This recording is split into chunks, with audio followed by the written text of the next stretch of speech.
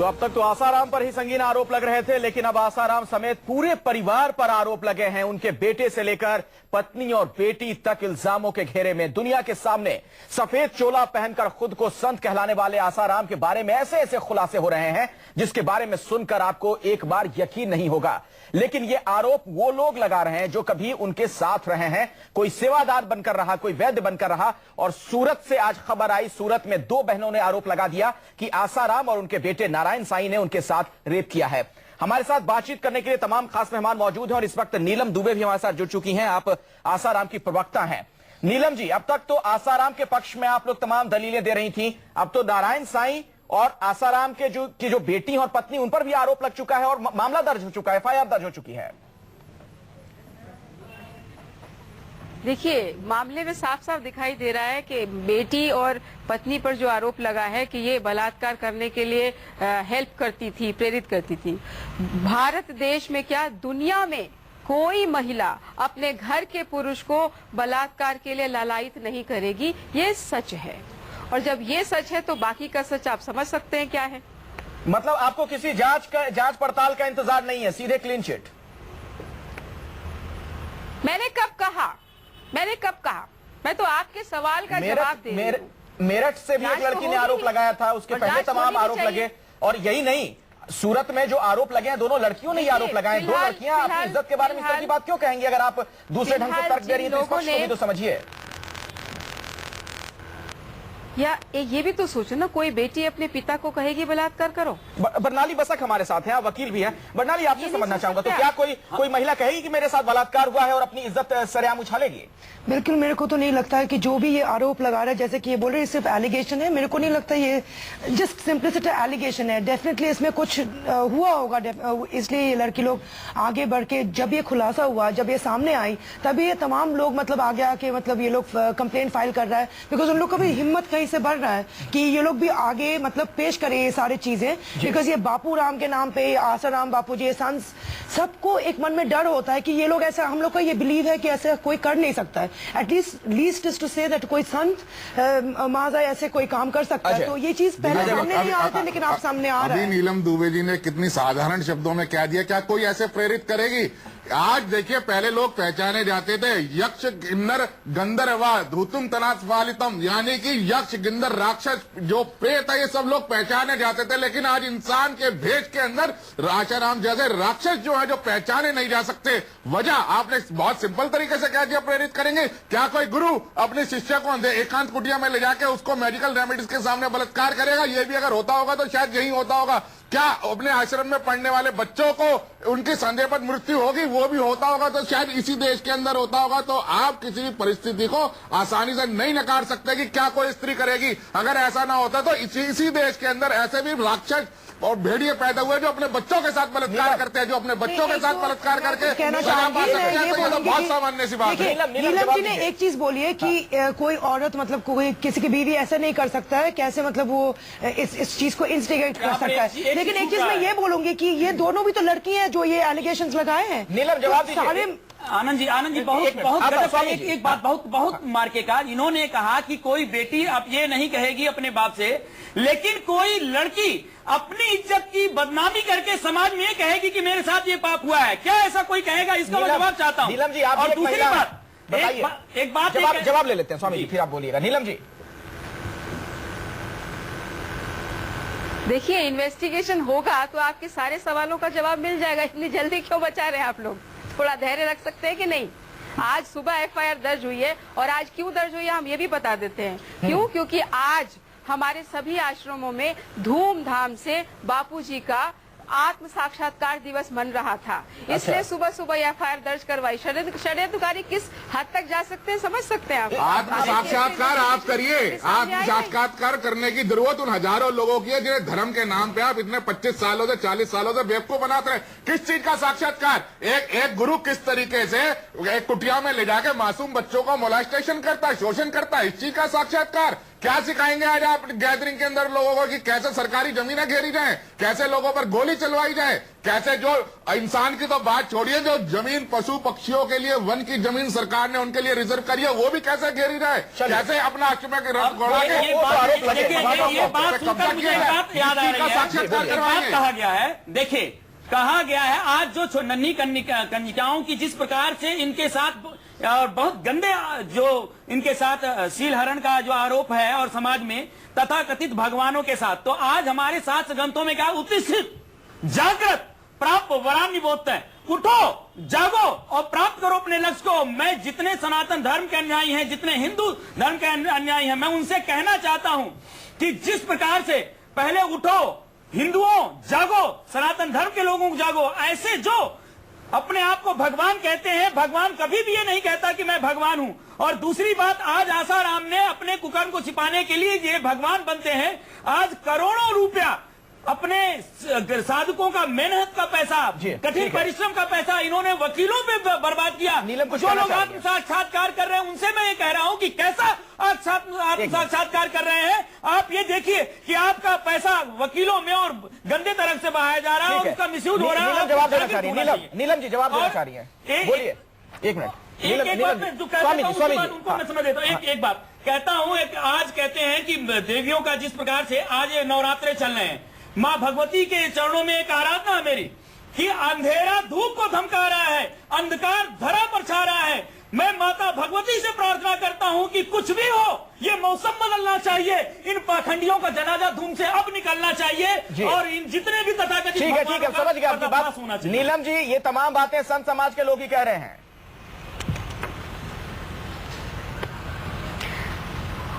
बापूजी की संस्था और बापूजी गुजरात और राजस्थान का जो बेल्ट है आदिवासी इलाका, 5 से 6 हजार फैमिलीज वहां रहती हैं।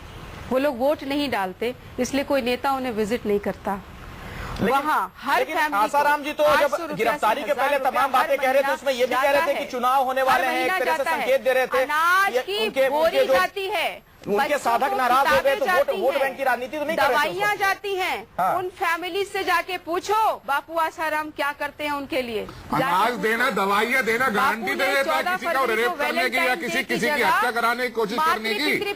आपने चैरिटी करी, अगर चैरिटी आप कर रहे हैं, चैरिटी करना एक अलग चीज है, वो आपको संविधान ने गारंटी दे दी, संविधान ने आपको एक्नॉलेज कर दिया कि आप जाइए और मासूम बच्चों को पकड़ के उनको सेक्सुअली असॉल्ट करिए, ये गारंटी दे दी। अगर आपने चैरिटी करी, आपने आदिवासियों को अगर खाना दे दिया, दवाई भेज दी, तो आपको ऑथोराइज हो गए क्या क्राइम करने के लिए, एक मासूम बच्चों को एक्सप्लॉइट करने के लिए ऑथोराइज हो जाते हैं आप लोग। आसाराम के एक पूर्व सहयोगी हमारे साथ इस वक्त मौजूद है, उनके पास मैं करना चाहूंगा।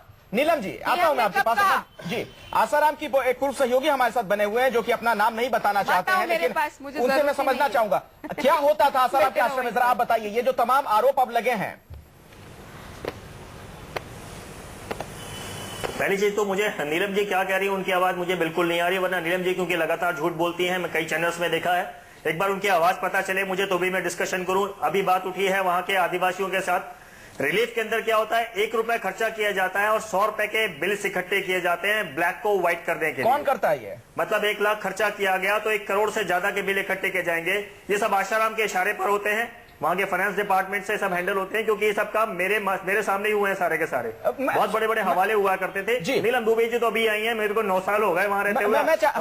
इसीलिए क्योंकि आप 9 साल आश्रम में रहे हैं, मैं चाहूंगा कि आप बताएं क्या कुछ चलता था। आज 2 लड़कियों ने आरोप लगाए, सूरत की 2 लड़कियों का, 2 सगी बहनें हैं। उनका कहना है, बड़ी बहन का कहना है कि आसाराम ने मेरे साथ बलात्कार किया, छोटी बहन कह रही है कि नारायण साईं ने उनके साथ बलात्कार किया। ये बिल्कुल सच बात है, क्योंकि आशाराम के जितने आश्रम है अयासी के अड्डे हैं और कोड वर्ड से काम होता है, लोगों की श्रद्धा से खिलवाड़ करते हैं और ये सब घटनाएं होती हैं। आशाराम ने मेरे सामने खुद स्वीकार किया था कि वो लड़कियों के साथ शारीरिक संबंध बनाते हैं। ये घटना मैं कई बार बता चुका हूं, आपके टेलीविजन पे भी मैं एक बार बता चुका हूं कि आशाराम कोड वर्ड होता था लड़कियों से शारीरिक संबंध बनाते हैं, स्वीकार किया था। आरोप ये भी लगा है कि आसाराम की बेटी और उनकी पत्नी की भी भूमिका होती थी लड़कियों को फांसने में उन्हें। जी बिल्कुल मैं बताऊंगा, ये एक ट्रायंगल है। आशाराम की बेटी भारती उर्फ प्रभु जी और नारायण, ये तीनों का एक आशाराम का मिलकर ट्रायंगल है बहुत बड़ा। ये तीनों बहुत ही अय्याश किस्म के लोग हैं, तीनों बहुत ज्यादा। आशाराम की लड़की खुद लड़कियों को ये कह के सप्लाई करती थी वहां पर महिला आश्रम में। खुद लड़कियों ने मुझे बताया, वो ये कहती थी कि ये तुम्हारा आशाराम जो है साक्षात परमात्मा है। ये कृष्ण रूप में पहले थे, आज ये आशाराम रूप में है। पहले दाढ़ी नहीं थी, अभी इनकी दाढ़ी है। और तुम्हारे को जब आशाराम बापू जी खुद अपने पास तुमको बुलाए तो समझना कि तुम्हारे जीवन का सबसे बड़ा, तुम्हारे सारे पाप धुलने वाले हैं, तुम्हारे पुण्य। तुम आशाराम के साथ जो भी मतलब कृष्ण लोक में तुम वास करोगे, इस तरह की भाषाएं खुद भारती कहा करती थी। इसके बाद कहती थी कि जब तुमको बापू जी अपने पास बुलाए तो उनको अपना सब कुछ तन मन धन समर्पित कर देना। तुम्हारे पास तो सबसे खूबसूरत चीज तुम्हारा शरीर है। महिला के पास सबसे खूबसूरत चीज उसका शरीर होता है। ये शरीर सबसे पहले बापूजी को समर्पित कर देना, और बापूजी जब उसको अपनी बाहों में ले लें तो तुम जीवन में इसके अलावा कभी किसी के साथ संबंध मत बनाना, कभी भी संबंध मत बनाना। इसके अलावा महिलाओं को ये भी कहती थी, आसाराम के जितने शिष्य आज आत्म साक्षात्कार दिवस मना रहे हैं, मेरा उनसे कहना है, जब वो ये कहा उन्होंने कि ये कृष्ण के अवतार हैं, भगवान श्री कृष्ण ने छोटी सी अवस्था में 4 से 6 वर्ष की अवस्था में उन्होंने रास रचाया। ये बुढ़ापे में जाकर ये रास रचा रहे हैं। कौन सा रास रचा रहे हैं और ये कौन सा आत्म साक्षात्कार हो रहा है? दवाइयां भी खाते हैं, मदारी बन के और अफीम खाकर नाच कर ये लोगों को दिख नहीं रहा है। अगर आप अब भी इस तरह से आत्म साक्षात्कार करेंगे तो और भी कितना पाप पड़ेगा, इसके ऊपर सोचिए। उनके शिष्यों से, साधकों से मैं कहता हूँ जवाब ले लेते हैं और भगवान की शरण में आइए। नीलम हमारे साथ है, जवाब देना चाह रही है, आसाराम की प्रवक्ता है। नीलम बोलिए। बाप नंबरी और बेटा 10 नंबरी। इन्हें बोलने दो पूरा। हाँ बोलिए बोलिए। अरे इनको बोलने दो, फुल स्टॉप लगेगा फिर मैं जवाब दूंगी। नहीं दीजिए ना, जवाब दीजिए, हो गया। अरे इनको पूरा बोल लेने दो, बड़ास निकाल बोल दिया उन्होंने, कह रहे हैं बाप नंबरी बेटा 10 नंबरी, कह तो दिया स्वामी जी ने। बोलिए नीलम जी। बड़ास नहीं, मुझे इन्हें बोलने दीजिए पूरा, ठीक से बोल रहे हैं। मुझे निकालनी है। हम सच बोल रहे हैं प्लीज और हम तो बोलेंगे, सच कड़वा होता है और आज इसकी आवश्यकता है सनातन धर्म के प्रत्येक व्यक्ति को। एक मिनट स्वामी जी सुन लेते हैं। Please come out. हाँ बोलिए बोलिए। Neelam ji, I am just waiting for you, please carry on, please बोलिए नीलम जी। नहीं, उनका फुल स्टॉप लगने दो भाई। लग गया मैडम, फुल स्टॉप लग गया। मौका नहीं मिलेगा, बोलने दीजिए उनको। Neelam ji has been lost that. Swami Neelam ji, you do not want to say something that. Neelam ji आप हंस रही हैं, बड़ा मतलब आपके पास बोलने के लिए कुछ नहीं है। एक मिनट, ये भी बहुत शर्मनाक है। बहुत ही संगीन आरोप आसाराम पर लगे हैं। मौका नहीं मिलेगा। आप हंस रही हैं, ये भी बहुत अपने आप में चौंकाने वाली बात है। बोलते ही रहेंगे। यहाँ पर एक बात नीलम जी आप संवेदनशील इस मामले को लेकर 2 महिलाओं ने अपनी अस्मत को लेकर आरोप लगाया है। आश्रम में पूछ सकते हैं कि मुझे अब क्या कहना चाहिए। ये लोग क्या जवाब देंगे? इन लोगों को तो कालिक लगा के छिपकाना चाहिए। ऐसे संगीन आरोप और सनातन धर्म का। एक बात मैं कहता हूं, आप लोग अगर ये संत और भगवान अपने आप को कह रहे हैं, इतिहास में घटना है हमारे शास्त्र ग्रंथों में, एक ऋषि को एक राजा ने चोर समझकर उन्हें दंड दिया, सूली पर चढ़ा दिया तो सूली टूट गई। इसलिए जब ये आप इनको कहते हैं संत और भगवान, तो क्यों नहीं जेल के अंदर कुछ दिखलाते? अगर कृष्ण है तो जेल की दीवारें क्यों नहीं तोड़कर दिखलाते? पूर्व सहयोगी हमारे साथ है, आसाराम के पूर्व सहयोगी जो है वो कुछ कहना चाह रहे हैं, बोलिए। मैं बस वही बात कहना चाहता था, ये तो अयाशी के अड्डे हैं। इवन भारती ने एक बार पुणे की महिला को जो कहा, मैं वो बताना चाहूंगी। पुणे की एक महिला आई, उसने बोला मुझे शादी करना चाहती हूँ। यंग लड़की थी, 25 साल की। उसने कहा मैं शादी करना चाहती हूँ, तो और मेरे अंदर काम विकार बहुत उठ रहा है, नेचुरल जो प्रकृति ने हमें दिया है। तो उसने मालूम है भारती ने, लक्ष्मी पास में बैठी हुई थी, भारती उस प्रभु जी, उसने उसको क्या जवाब दिया कि उसने बोला कि तुम शादी मत करो, तुमको अगर संबंध बनाना है किसी भी पुरुष को पकड़ के संबंध जीवन भर बनाती रहो, लेकिन शादी मत करो। क्या है हमारी संस्कृति है जी। ये भारतीय ब्यूटी पार्लर महीने में 5-6 बार जाती है, आदमी आईब्रो बनाती है, बहुत महंगे महंगे परफ्यूम इस्तेमाल करती है। यही काम नारायण का है। आशाराम खुद शहनाज हुसैन की क्रीम यूज करते हैं रात को सोते समय, और जो दवाएं इस्तेमाल करते हैं वो दवाओं के नाम तक बता सकता हूं, सेक्सुअल दवाएं जो यूज करते रहे हैं वो। अब मतलब ये हम प्रैक्टिकल देखते रहे। आशाराम को खुद हमने देखा महिलाओं के साथ ये सब करते हुए। हम 9 साल रहे और 3 साल तो साई की तरह उसके साथ रहा हूं। तो नीलम दुबे को ज्यादा पता होगा कि हम, मेरे को नीलम दुबे अपने घर के बारे में ज्यादा अच्छा बता सकते कि मैं बता सकता हूँ। नीलम जी तो नीलम दुबे ही बता सकती है। नीलम जी आप खामोश है, जवाब नहीं दे रही हैं। मैं IQ थोड़ा हाई करके बात कीजिएगा नीलम जी। जवाब नीलम जी IQ थोड़ा हाई करके बात कीजिए। मेरी बात बीच में काटना मत। बैठा हुआ है। पहली बात, बिल्कुल मैं 2002 से बापू के साथ जुड़ी हूँ।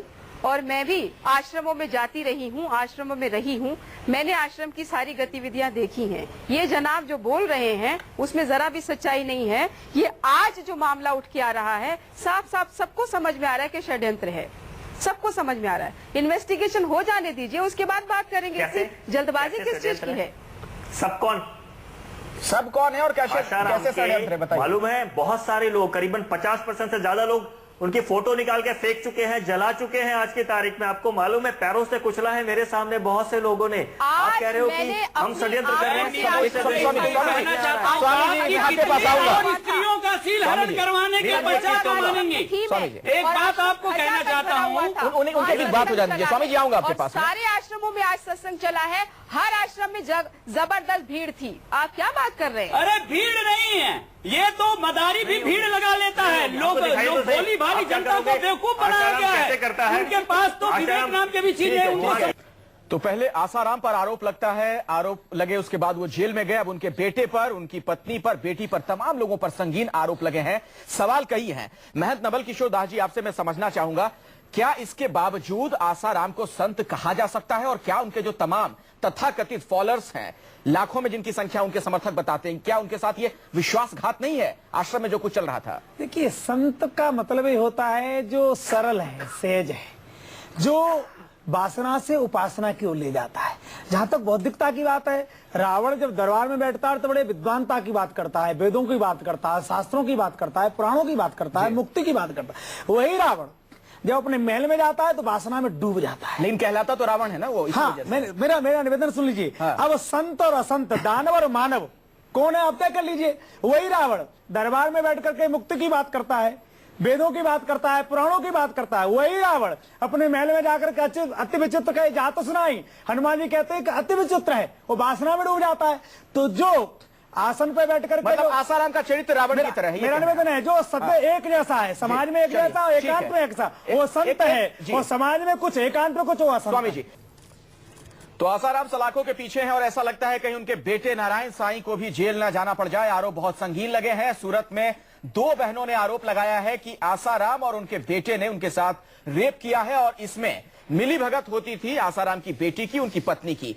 जाहिर तौर पर बहुत ही संगीन आरोप हैं। इसी पर हम चर्चा कर रहे हैं। कई खास मेहमानों का पूरा पैनल न्यूज़ 24 पर मौजूद है और पहले आपको हम लखनऊ लिए चलते हैं। दरअसल वहां पर एक खास मेहमान हमारे साथ जुड़े हुए हैं जो कि आसाराम से जुड़े हुए रहे, उनके सहयोगी रहे हैं।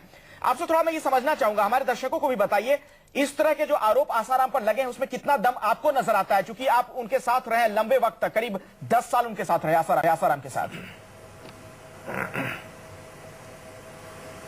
पहले मैं बताना चाहूंगा कि आसाराम के मैं साथ में आखिरी समय में 3 साल तक बहुत करीब रहा हूं और मैं फाइनेंस डिपार्टमेंट में भी अच्छी तरह रहा हूं और ऐसा कोई डिपार्टमेंट शायद नहीं होगा जिसमें से मैं नहीं गुजरा हूं और बहुत शानदार मैंने रिजल्ट दिए। क्लास में एक बहुत अच्छी पोजीशन पे मुझे दी गई थी और मैं जितनी भी बातें यहाँ कह रहा हूँ इसलिए हम कह रहा हूं कि मैं नार्को भी कर रहा हूं तो मेरी एग्जैक्ट सारी पोजीशन सही निकली और मैं बहुत कट्टर हिंदू हूं। गीता अपने सर पे रख के कहता हूं जो भी मैंने अब तक कहा सब सत्य है, बिल्कुल पूरी तरह से सत्य है, अन्यथा मैं कोई अन्यथा बात करने नहीं बैठा हूं। आसाराम के ऊपर जितने आरोप लगे हैं सब बिल्कुल सत्य हैं और मैंने खुद अपनी आंखों से देखे हैं। मैं खुद डिप्रेशन में चला गया था हालातों को देखते हुए, मैंने भी उस समय भी कहा और मैं जो हालात देखे मैं उसी के आधार पे बात कर रहा हूँ। मैंने नारायण को भी ये देखा है कि एक महिला लड़की से शारीरिक संबंध बनाते हुए नारायण पूना में सत्संग करने आया था तो मैं अंदर पीछे के रास्ते से कहूंगी, हर जगह इनके पीछे से रास्ते से रखे जाते हैं। आसाराम के जितने भी कुटियाएं होती हैं उसमें कहा जाता है कि पीछे के रास्ता एक हमेशा होना ही चाहिए, नहीं होता तो वो एक्चुअली बैरिकेड्स लगाते हैं। मतलब आप ये कह रहे हैं कि जहां भी आसाराम प्रवचन देने जाते थे वहां पर इस तरह के इंतजाम किए जाते थे, ये कह रहे हैं आप? कैसा मजा ले रही बैठ करके मैक्सिमम, हाँ, जब मैक्सिमम उनको आसाराम या जहां भी कहीं रुकेगा वो हमेशा एकांत जगह होगी, शहर से दूर होगी, ये बिल्कुल निश्चित है। और ऐसी जगह होगी जहां पर पीछे से कुछ ना कुछ व्यवस्था हो। ठीक है, हमको हम लोग इसी तरह से मैनेज करते हैं। बहुत सीधी सी है क्योंकि मैं आश्रम के बड़े सारे प्रोग्राम्स बहुत सारे मैं मैनेज करता था। जी बात बहुत सीधी सी है। यहाँ पर अभी नीलम दुबे जी ने कहा कि ये सब षड्यंत्र है, आज के दिन इसलिए किया गया। वास्तव में अगर षड्यंत्र किसी के साथ हुआ तो वो भारत की इस भोली भाली धर्म भीरू जनता के साथ हुआ, जिसे धर्म के आवरण में, जिसे हिंदुत्व के आवरण में, जिसे सनातन के आवरण में, जिसे भक्ति के आवरण में, जिसे धर्म और अध्यात्म के आध्यात्म में इस षड्यंत्र करके इस देश की भोली भाली जनता को मानसिक, शारीरिक और आर्थिक शोषण जो उसका किया गया। अब तक तो बात सिर्फ वहां तक सीमित थी, लेकिन आज जरूरत है इस देश को ये जानने की, ये समझने की कि एक पूरा रिलीजियस रिफॉर्म होना चाहिए, अन्यथा ये धर्म जो है ये एक धरातल की तरफ, एक पाताल की तरफ जा रहा है। इसी सनातन परंपरा का एक टुकड़ा बना जिसे आज हम आर्य समाज नीलम जी, तो आप बहुत ही आक्रामक होकर आसाराम का बचाव करती हैं, लेकिन आज आपके तेवर बहुत नरम नजर आ रहे हैं। कहीं ये वजह तो नहीं है कि अब आसाराम को छोड़िए, उनके बेटे, उनकी पत्नी और जो तमाम और भी लोग हैं परिवार के, वो आरोपों के घेरे में आ गए हैं? देखिए, बहुत बड़ा षड्यंत्र है और इस षड्यंत्रकारियों की ये मंशा है कि हर जितनी भी हमारी संस्थाएं हैं उनको कब्जाने की, पूरे परिवार को एक तरफ करें और कब्जा करें। आपने तो खुद सरकार की जमीन पर, लोगों की जमीन पर कब्जा कर रखा है नीलम जी। आज तक जितने आश्रमों में बुलडोजर चलाया आपने कहीं भी गए अपील के अंदर? नहीं जुड़े होते। आज मैंने देखा है सभी आपने आज तक जितने आश्रमों में आपके बुलडोजर चलाया, कभी गए आप उसके खिलाफ सरकार में अपील डालने के लिए? क्योंकि आप जानते थे आपने खुद षड्यंत्र करके लोगों की जमीनों पर कब्जा कर रखा है। आपके खिलाफ क्या षड्यंत्र होगा? आपने खुद पिछले 40 साल से षड्यंत्र चलाया इस देश के अंदर, धर्म के नाम पे लोगों की आर्थिक मानसिक शोषण चलाया। देखिए, रेप से आप जमीनों की बात भी आ रहे हैं। आपने तय कर रखा है कि मुंह खोलना है तो विरोध करना है और कुछ करना है, विरोध नहीं करना, सच बोलना है। करेगा। देखिए, अगर आसाराम सही है, इतने महंगे वकील क्यों कर रहे हैं? पहली बात कि इतने महंगे वकील करने की उन्हें क्या आवश्यकता पड़ गई? दूसरी बात, ये जो आज भीड़ की बात कर रहे हैं, ये भीड़ और भेड़ में अंतर नहीं है। लोगों के पास विवेक होता तो ये सब कुछ देखकर कब के बदल गए होते। बड़ा हुआ तो क्या हुआ, जैसे पेड़ खजूर, पंछी को छाया नहीं, फल लागे अति दूर। अरे नीलम दुबे जी क्या बताएंगे, इनके ऊपर तो खुद ही केस दर्ज हुआ पड़ा है। तो सबसे बड़ी बात है, मुझे तो हंसी आ रही है कि उस चीज को छिपाने का जिसके बारे में इतने सारे इनके खुद के समर्थक वो आसाराम और नारायण के कितने करीब रही हैं? एक मिनट, कितने करीब तक रही हैं वो? नहीं, हाँ नीलम जी बताइए। अगर वो आसाराम के कितने करीब रही है, कृपा करके बताइए। नारायण के निजी हमला मत कीजिए, निजी हमला, आपसे गुजारिश है, निजी हमले मत कीजिए। हाँ नीलम, जवाब दीजिए। क्या सवाल क्या पूछ रही है? इतने महंगे वकील क्यों कर रहे हैं? श्रद्धा, भोली भाली जनता का एक एक रुपया, श्रद्धा का पैसा, गाढ़ी मेहनत की कमाई का पैसा, लाखों करोड़ों रुपए महंगे वकीलों पर क्यों खर्च कर रहे हैं जब वो सच है? आप लोग बार बार एक बात कह रहे हैं कि अभी केस का फैसला नहीं आया, केस का फैसला नहीं आया है। तो किस कारण से, यदि सत्य है तो किस कारण से इतने महंगे वकील करने का क्या मतलब हुआ? क्या हुआ इसका?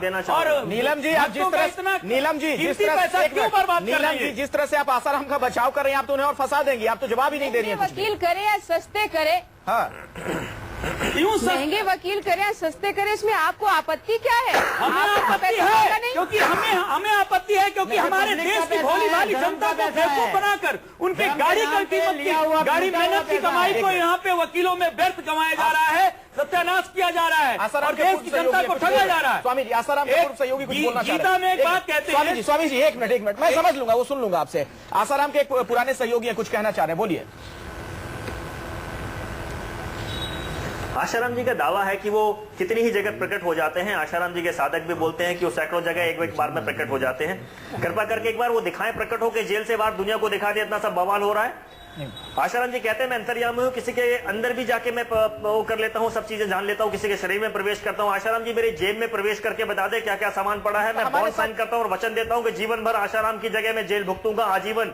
चमत्कार की बात करके आप पाखंड को और बढ़ावा दे रहे हो, चमत्कार की बातें क्यों कर रहे हो आप लोग? आसाराम बाहर निकलने के लिए फड़फड़ा रहे हैं। हमारे साथ अमृत प्रजापति पूर्व वैद्य हैं।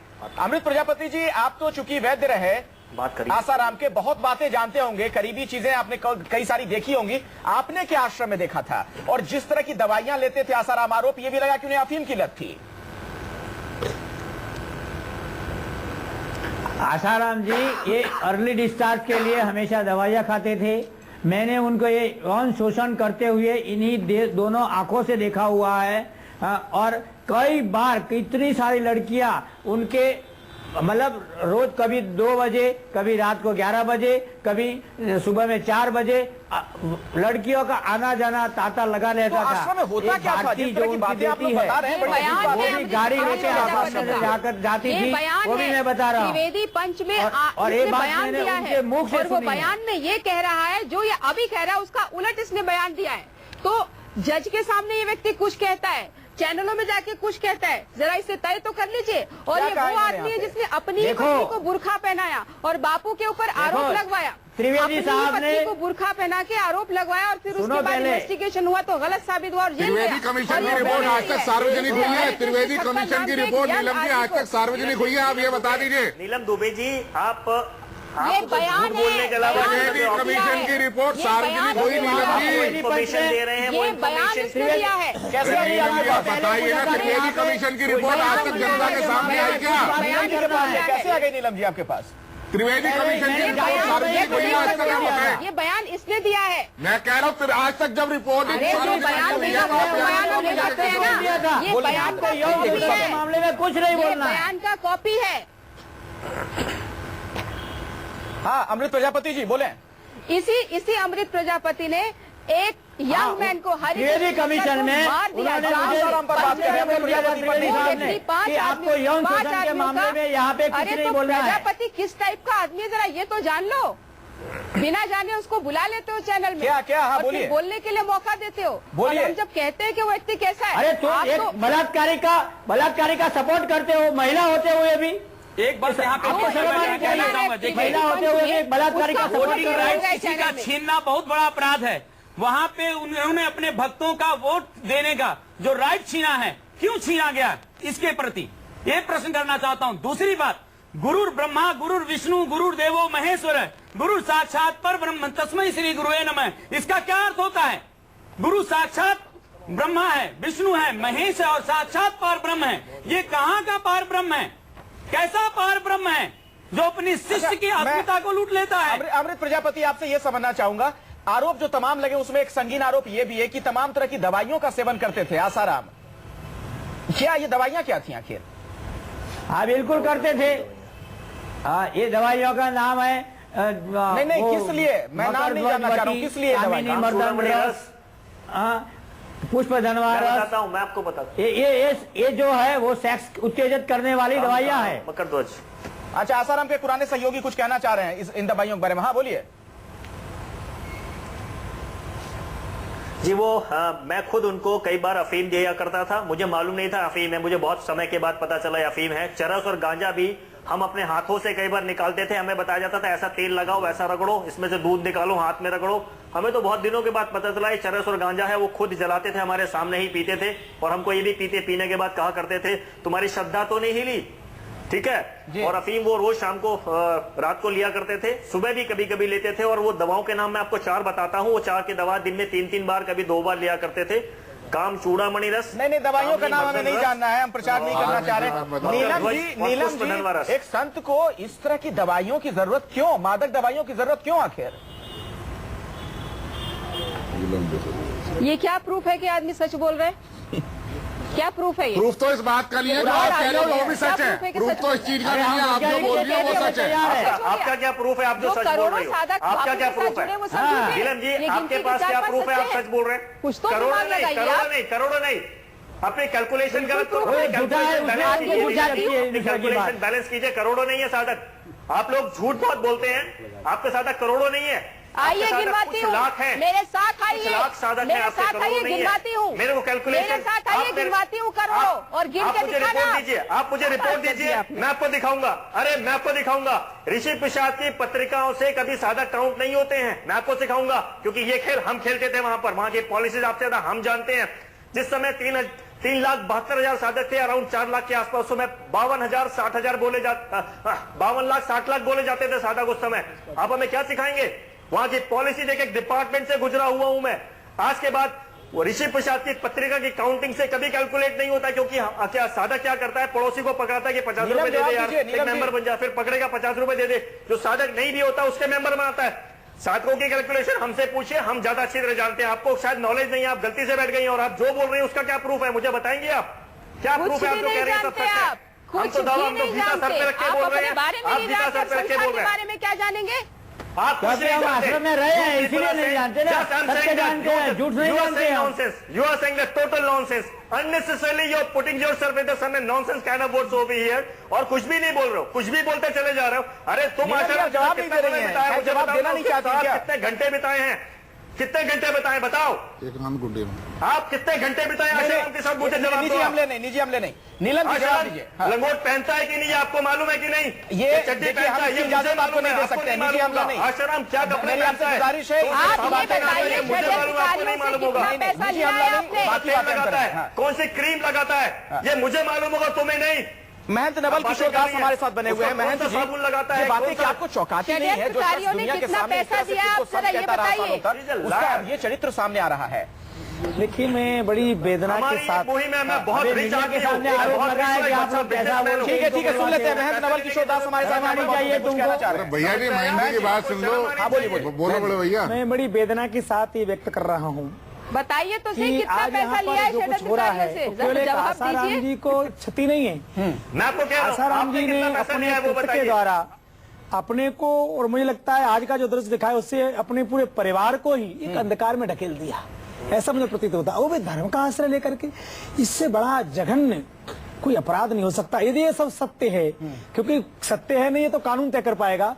मैं इतना जरूर आपके निवेदन करना चाहता हूं कि धार्मिक जगत में धार्मिक आस्था का आश्रय लेकर के जैसा जघन्य हो रहा था, तो कठोर से कठोर ऐसे लोगों को, चाहे वो कोई भी सजा मिलनी चाहिए, ऐसे कठोर से कठोर सजा मिलना चाहिए, क्योंकि ये श्रद्धा का दोहन है।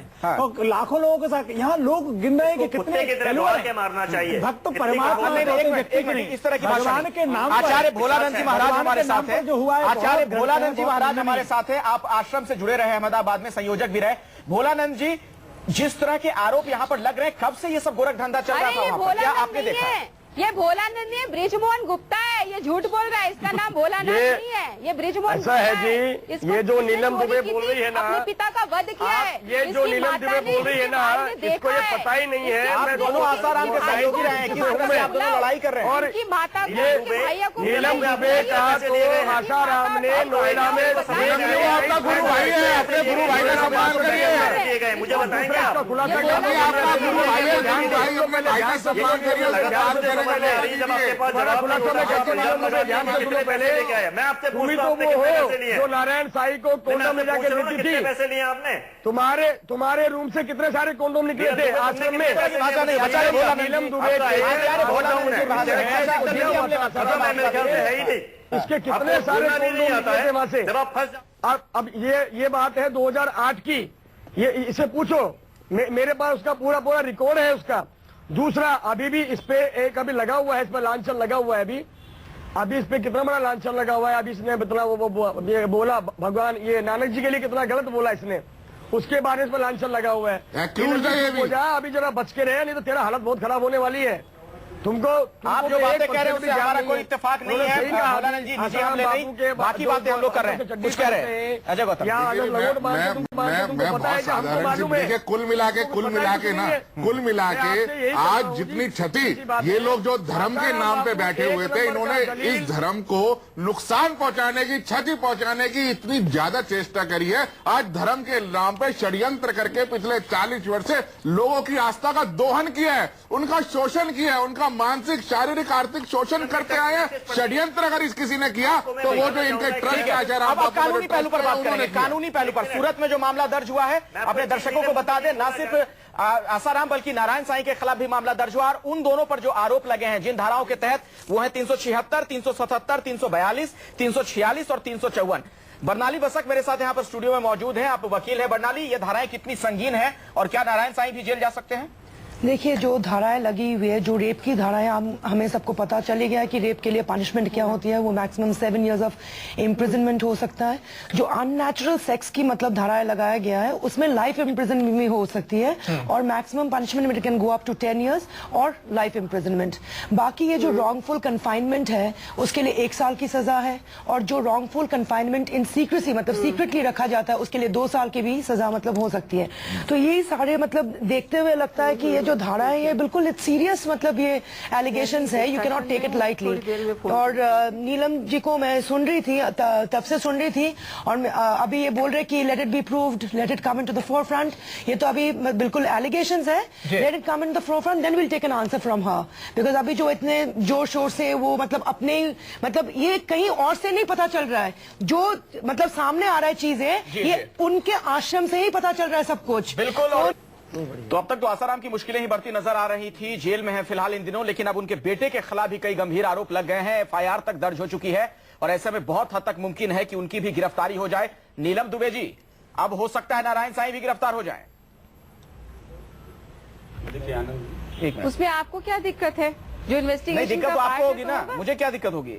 वो तो जो गुनाह करेगा वो जेल की सलाखों के पीछे जाए, हर भारतीय ये चाहेगा। मुझे कोई नीलम जी, दिक्कत एक नहीं बात है। मैं आपके लिए कहना चाहूंगा कि जो जिस तो क्या दूध हुआ? में- नीलम जी, एक बात सुनिए, एक इन्वेस्टिगेशन जिस का अगर दूध वो में पार्ट है तो मक्खी होने गिर दो। जाती है उसे कोई पीता नहीं है। आप मक्खी गिरी हुई है, उसी दूध को बार बार पिए जा रही हैं। एक बात देखिए, इससे कोई भला होने वाला नहीं। आप जहां पे हैं, एक दिन दूध की मक्खी तरह निकाल कर फेंक दी जाएंगी। अपनी श्रद्धा को नीलम जी क्यों बर्बाद कर रही हैं? इतनी श्रद्धालु आप मुझे दिखती हैं कि जिसका कोई जवाब नहीं। ठीक है, नीलम, लेकिन आप अपनी एक मिनट, श्रद्धा को सुन लीजिए। बर्बाद क्यों करती हैं? नीलम, जवाब आप दीजिए। अपनी श्रद्धा को बर्बाद मत कीजिए। सही स्थान, सच्चा जवाब जगह ले लीजिए। ढूंढिए, जवाब ले लीजिए। भगवान का, जवाब और यहाँ जवाब ले पाखंडी के पास मत रहिए। नीलम जी, जवाब नहीं है, नीलम के पास जवाब है ही नहीं, दे रहे कहाँ से ये? दूध में गिरी हुई नीलम के पास मक्खी जवाब की है ही तरह, नहीं। दूध में गिरी हुई जवाब मक्खी को दूंगी। दूध मत पीजिए, ऐसे दूध को सुनिए, मत आप पीजिए। सुनने जहाँ के लिए पर तैयार हो दूध जाइए। में मक्खी गिर गई, एक मिनट। ऐसे दूध को स्वामी मत जी, पीजिए, सुन लेते कोई हैं। फायदा नहीं सुन लीजिए। है। बार बार क्यों पिए जा रही? मुझे तो आप पर हंसी आ रही इस बात से। नीलम जी जवाब देना चाहेंगे? बिल्कुल संक्षिप्त, वक्त नहीं है। ये दूध देखिए, मक्खी नहीं है, ये शहद है। दूध अरे आपको शायद लग सकता है। नहीं हुआ, ठीक है, मुझे लगा- वक्त नहीं। स्वामी जी, बहुत बहुत शुक्रिया आप तमाम हमारी मेहमानों का इस आस्था चर्चा में बापू से शिरकत करने क्यों के लिए, जुड़ी लेकिन है? बड़ा सवाल हमारी यही कि आस्था अगर बापू एक से ऐसा क्यों शख्स जुड़ी जिसके है? तमाम फॉलोअर बापू हैं, कुछ है जैसा कि किसलिए? दावा है लाखों फॉलोअर हैं, अगर वो इस तरह की हरकत करे तो क्या वो विश्वासघात नहीं करता अपने समर्थकों के साथ?